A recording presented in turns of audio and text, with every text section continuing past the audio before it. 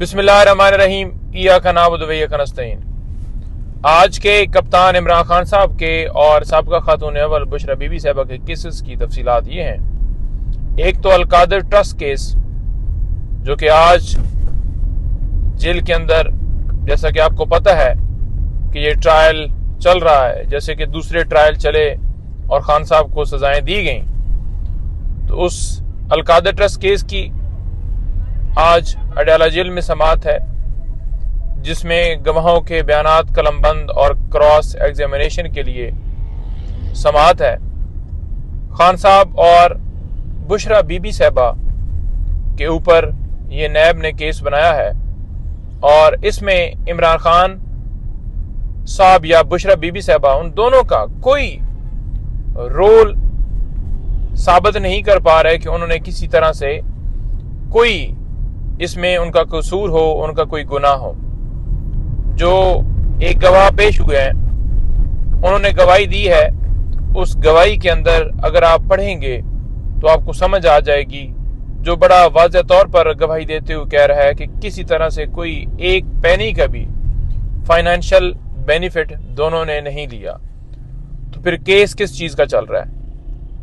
इसी तरह cipher case की समाअत इस्लामाबाद हाई कोर्ट में है और साइफर केस भी आपको पता है कि बाहर से धमकी मिलती है कि इमरान खान साहब की हुकूमत को हटा दो।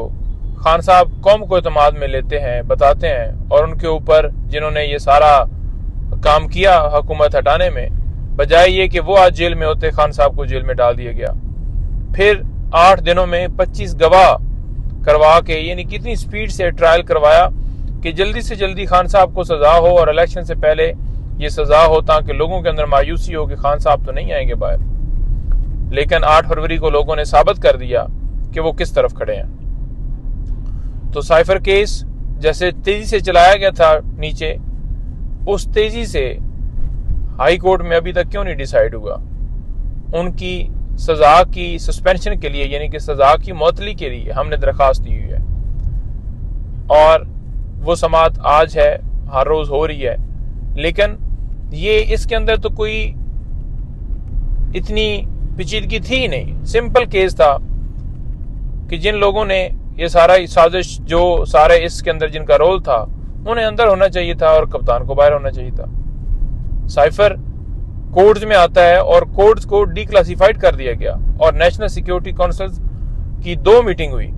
एक जो शहबाज शरीफ जो है, उसने उस वक्त कंडक्ट की, जिसमें ये बाकायदा तौर पर बात तस्लीम की गई कि इस तरह की लैंग्वेज इस्तेमाल की और बाकायदा डीमॉर्श किया गया उसके ऊपर। लेकिन आज फिर इनकारी हैं, कभी कहते हैं आया नहीं, कभी कहते हैं आया है, कभी कहते हैं फॉरेन ऑफिस के अंदर पड़ा है, कभी कहते हैं जी इनके पास था।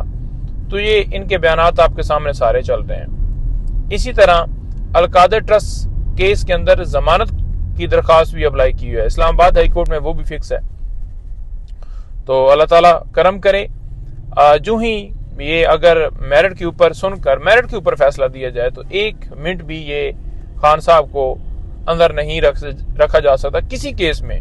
लेकिन आपको पता है कि यहाँ पर ना कानून है, ना कोई कायदा है, ना कोई आइन है, ना कोई जवाबत है। तो इस तरह से कार्रवाइयाँ चल रही हैं। इंशाअल्लाह ताला कप्तान इमरान खान साहब सुरखरू होंगे।